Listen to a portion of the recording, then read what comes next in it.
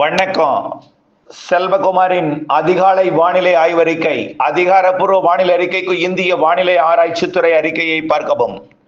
2026 பிப்ரவரி 9 திங்கட்கிழமை அதிகாலை நிலவர வானிலை பதிவு. இன்றைய அறிக்கையிலே நிறைய வானிலை மாறுதல்களும் பேசு பொருளாக கூடிய வானிலை நிகழ்வுகளும் இருக்க போகிறது. வழக்கத்திற்கு மாறாக பிப்ரவரி இறுதி வாரம் வரப்போகிற காற்றழுத்த தாழ்வு பகுதி, தீவிர தாழ்வு பகுதி அல்லது மேலும் தீவிரமடைந்த மண்டலம் தமிழ்நாட்டிற்கு 21ஆம் தேதிக்கு பிறகு மழை வானிலை ஏற்படுத்த போகிறது. அறுவடை விவசாயிகள் மற்றும் மழையை எதிர்நோக்கி இருப்பவர்கள், வானிலையை எதிர்நோக்கி இருப்பவர்கள், வானிலையை வைத்து தொழில் செய்பவர்கள், அப்டேட்ஸ் அறிந்து பணி செய்தல் காலத்தின் கட்டாயம். அறியாதவர்களுக்கும் புரியாதவர்களுக்கும் இதை ஃபார்வர்ட் செய்து உதவிடுமாறு கேட்டுக்கொள்கிறேன். வானத்தில் மேகமூட்டம் தூறல் வந்தால் மட்டுமே வானிலை அறிக்கையை பார்க்கும் பழக்கத்தை மாற்றி அறுவடை விவசாயிகள் உங்கள் முதலீட்டை மீட்டெடுக்கும் நேரம் என்பதன் காரணமாக திட்டமிட்ட மேலாண்மை, திட்டமிட்ட அறுவடைக்கு அப்டேட்ஸ் அவசியம் என்பதை உணர்ந்திருந்து இந்த அறிக்கையை இறுதி வரை கேட்டு பயன்பெற அன்போடு கேட்டுக்கொள்கிறேன்.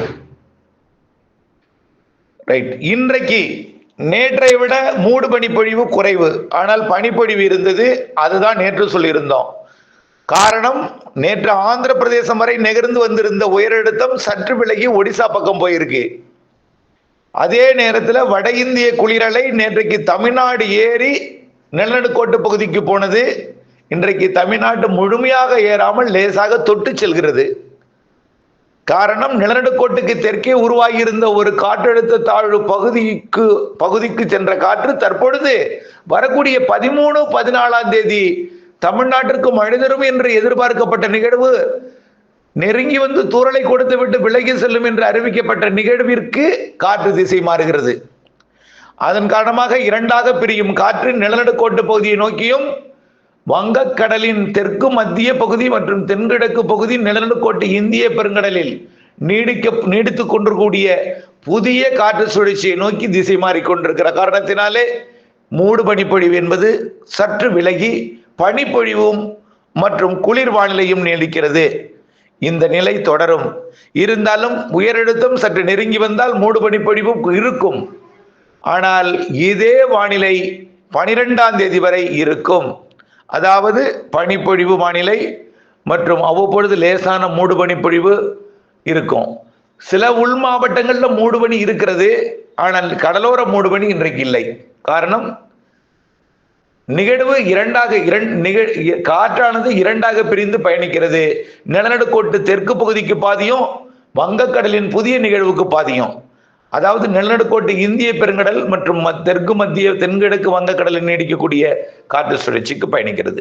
ஆனால் அந்த காற்று சுழற்சி மேற்கு நோக்கி நகர்ந்து இலங்கைக்கு தெற்கே நிலநடுக்கோட்டு இந்திய பெருங்கடலில் 13, 14ஆம் தேதி வந்தாலும் இலங்கைக்கு மழை பொழிவை கொடுக்கும். தமிழ்நாட்டின் கோடியக்கரை முனை மற்றும் ராமேஸ்வரம் பகுதிக்கு தூறலை கொடுக்கும். கடலோர மாவட்டங்களுக்கு மேகமூட்டத்தை கொடுக்கும் 13, 14. அவ்வளவுதான். காரணம் என்னன்னா, கிழக்கு காற்று, அதாவது இந்த மாத இறுதியில் வரக்கூடிய நிகழ்வு தன் பக்கம் கட்டுப்படுத்தி வைத்துக் கொண்டு மேற்கு நோக்கி நகர்ந்து வந்து கொண்டிருக்கிறது. இதன் காரணமாக கிழக்கு காற்று இல்லாத காரணத்தினாலே குளிரலை மட்டும் வந்து குளிர்காற்றோட சதவீதம் கூடுதலாக இருக்கும் பொழுது மேகமூட்டத்தை மட்டும் கொடுக்கும். இந்த நிலையில 13, 14 கோடியக்கரை முனைக்கும் ராமேஸ்வரத்தும் மட்டும்தான் தூறல். தூத்துக்குடிக்கு தூறல் இருக்கலாம், இலங்கைக்கு மழை இருக்கும். அடுத்த நிகழ்வு இது அப்படியே விலகி அடுத்த நிகழ்வோடு போய் இணைவதற்கு போயிடும். அதாவது இந்த மாத இறுதியில் வரக்கூடிய நிகழ்வோடு இணைவதற்கு சுமத்ரா தீவு பகுதி நோக்கி விலகி போய்விடும். அடுத்ததாக வருவதும் அப்படியே செயலிழந்து அதுவும் இணைந்துடும். ஆக அடுத்தடுத்த 2 நிகழ்வுகள் சுமத்ரா தீவு பகுதியை நோக்கி போய் 21ஆம் தேதி, அதாவது 19 உருவாகி 19 வங்கக்கடலின் சுமத்ரா தீவை ஒட்டிய பகுதிக்கு வந்து 20, 21 தேதிகளிலே தெற்கு மத்திய வங்கக்கடற் பகுதிக்கு வந்து 22, 23 தேதிகளிலே தமிழ்நாட்டின் 22, 23ஆம் தேதி தமிழ்நாட்டின் கரையை ஒட்டி, இலங்கையின் கரையை ஒட்டி, வட இலங்கை மற்றும் தமிழ்நாட்டின் வடகடலோர கரைக்கு நெருக்கமாக வந்து அமைந்து தமிழ்நாட்டிற்கு 22ஆம் தேதியிலிருந்தே மழை பொழிவை கொடுக்க வாய்ப்பு ஏற்படுகிறது. 21ஆம் தேதியே மேகமூட்டம் காணப்படும். காரணம் என்னன்னா, பரந்த வடிவிலே ஒரு காற்றழுத்த தாழ்வு பகுதி உருவாகும் பொழுது இரு காற்று இணைவு என்பது தமிழ்நாட்டில் நடைபெறுவதற்கு வாய்ப்பு இருக்கிறது.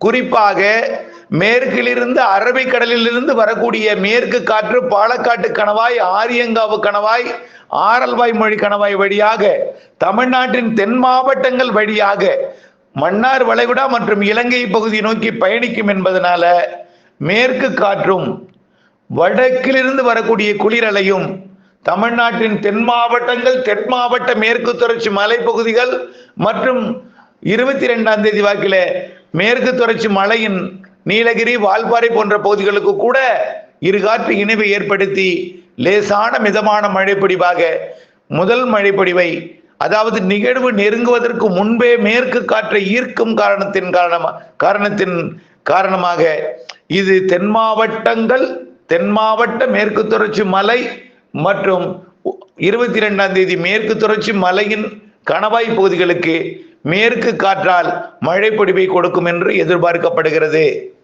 படிப்படியாக அந்த நிகழ்வு 23ஆம் தேதி நெருங்கி தமிழ்நாட்டின் வடகடலோர மாவட்டங்கள், டெல்டா மாவட்டங்களுக்கு மழை வாய்ப்பை ஏற்படுத்தும் என்று தெரிகிறது.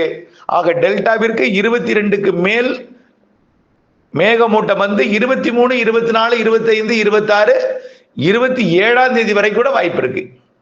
அதே போல தென் மாவட்டங்களுக்கு 22 உறுதியா தெரியுது, மேற்கு தொடர்ச்சி மலைக்கு மேற்கு காற்றின் வருகை காரணமா. ஆக தமிழ்நாட்டின் தென் மாவட்டங்கள், மேற்கு மாவட்டங்களுக்கு 22ஆம் தேதி மழை தெரிகிறது. டெல்டா மற்றும் வடகடலோர மாவட்டங்களுக்கு 23லிருந்து மழை தெரிகிறது. அது 25ஆம் தேதியை மையமாக வைத்து நெருங்கி வந்து 25ஆம் தேதி தான் தமிழ்நாட்டின் கரையில் ஏறும், நெருங்கும், தொடும். 26, 27, 28 தேதிகளில் கனமழை பொழிவை கொடுக்கும் போல் தெரிகிறது. ஆக வழக்கத்திற்கு மாறான நிகழ்வு இது. இதுவரை என்னுடைய வானிலை ஆய்வின்படி இந்த நாட்களிலே இலங்கையை மட்டும்தான் நிகழ்வுகள் தொற்றிருக்கிறது. கடந்த ஆண்டு கூட இலங்கையோட தென்கிழக்கு பகுதியை தொட்டு இலங்கையின் அணைகளை நிரப்பியது. ஆனால் இந்த ஆண்டு அது கடந்த ஆண்டு வடக்கு கிழக்கு மாகாணங்களுக்கு கூட எட்டல. ஆனால் அதையும் தாண்டி இந்த ஆண்டு,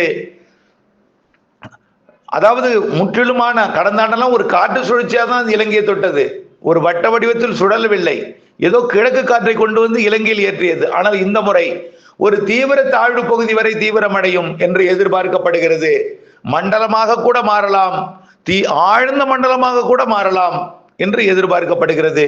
அப்படி மாறினால் கரை கடந்த அரபிக்கடலுக்கு கூட வட தமிழ்நாடு மற்றும் கர்நாடக பகுதி, கேரள பகுதி வழியாக அரபிக்கடலுக்கு கூட போகலாம்.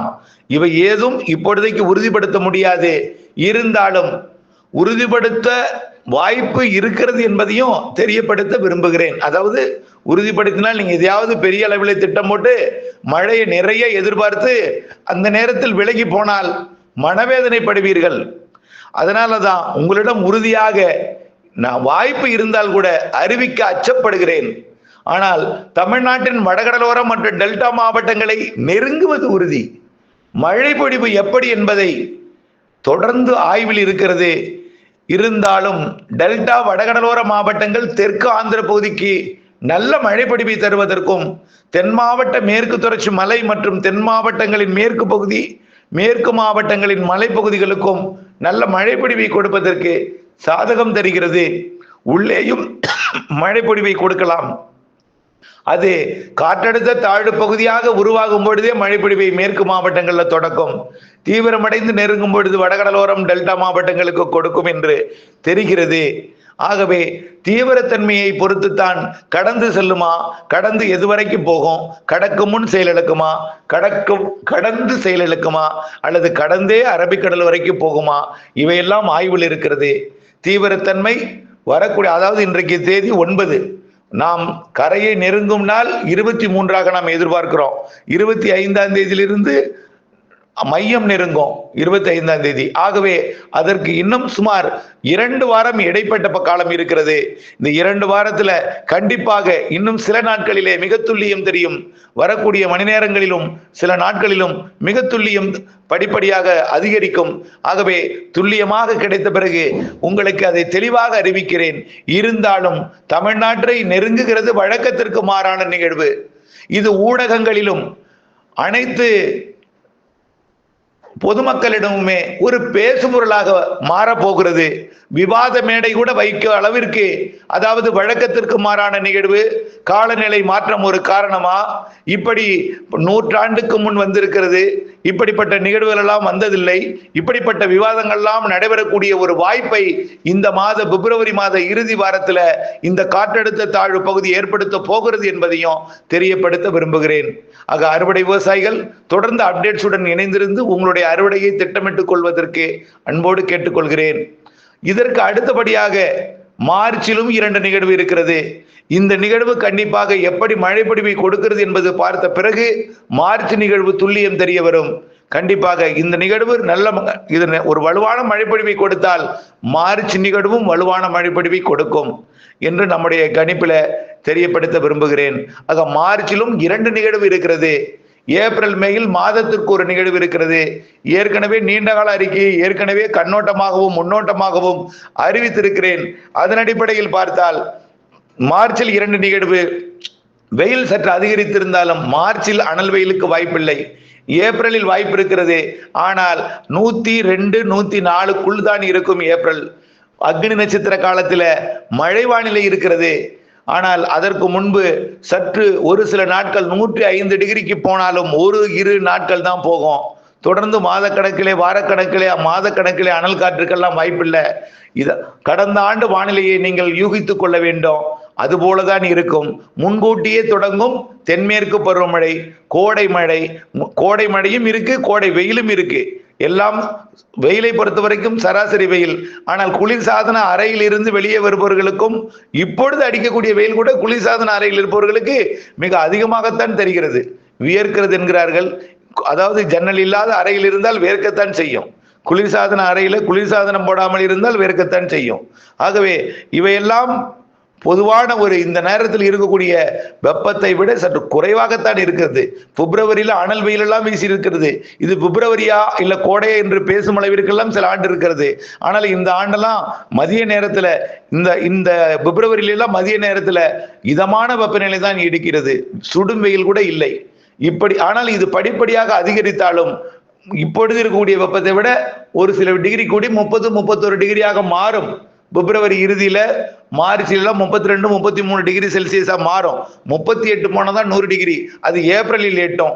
ஒரு சில நாட்கள் ஏப்ரல் மேயில அது 39, 40 நெருங்கினாலும் 40 என்பது 104 என்பதையும் அதற்கு மேல் போகாது என்பதையும், கோடை வெயில் சராசரியாக இருக்கும் என்பதையும், கோடையில் 2 நிகழ்வுகள் இருக்கிறது என்பதையும், முன்கூட்டியே தென்மேற்கு பருவமழை தொடங்கும் என்பதையும், ஆக மே மாத இறுதியில் தென்மேற்கு பருவமழை தொடங்கி கடந்த ஆண்டு போல் தென்மேற்கு பருவமழையை ஜூன் ஜூலையிலேயே அணைகளை நிரப்பும் மழைப்பொழிவுகளை கொடுக்கும் என்பதையும், அரபிக்கடல் வெப்பம் மிக வேகமாக உயர்கிற காரணத்தினாலே வங்கக்கடலை ஒப்பிடும் பொழுது அரபிக்கடல் வெப்பம் அதிகரித்திருக்கிற காரணத்தினாலே தென்மேற்கு பருவமழை நிகழ்வுகள் அரபிக்கடலிலே கேரளா, கர்நாடகா, மகாராஷ்டிரா கரையோரம் பயணிக்கும் என்பதனால நல்ல ஒரு மழைப்பொழிவை தருவதற்கு வாய்ப்பு இருக்கு.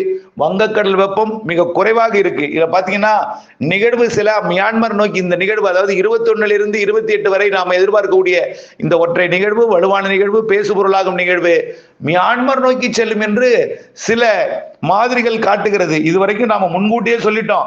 இப்ப மாதிரிகள் காட்ட தொடங்கி இருக்கு. ஆனால் காட்ட தொடங்கினாலும் மியான்மர் நோக்கி போகும்னு போட்டிருக்காங்க. நல்லா புரிஞ்சுக்கணும். மியான்மர் நோக்கி எப்படி போகும்? அதாவது சில மாதிரிகள் மேற்கு வங்கம், வங்கதேசம் போகும்னு சொல்றாங்க. எவ்வளவு வெப்பநிலை இருக்குன்னு பார்க்கணும். அதையும் பாருங்க. நம்ம இவையெல்லாம் கருத்தில் கொள்ளாமல் அவையெல்லாம் கணிக்கப்படுகிறது என்பதையும் தெரியப்படுத்த விரும்புகிறேன். ஆக கொல்கத்தா அருகே இப்பொழுது கடல் வெப்பம் எவ்வளவு இருக்குன்னு பார்த்தீங்கன்னா சுமார் என்ன 24 டிகிரி செல்சியஸ் தான் இருக்கு. 26க்கு கீழே போனாலே அந்த இடத்துக்கு நிகழ்வு போகவே போகாது. ஒடிசா கடலோரத்தை பார்த்தீங்கன்னா 24 தான் இருக்கு. ஒடிசா 25 தான் இருக்கு. ஆந்திர பிரதேசம் 26 தான் இருக்கு. தெற்கு ஆந்திர பிரதேசம் என்ன 26 இருக்கு.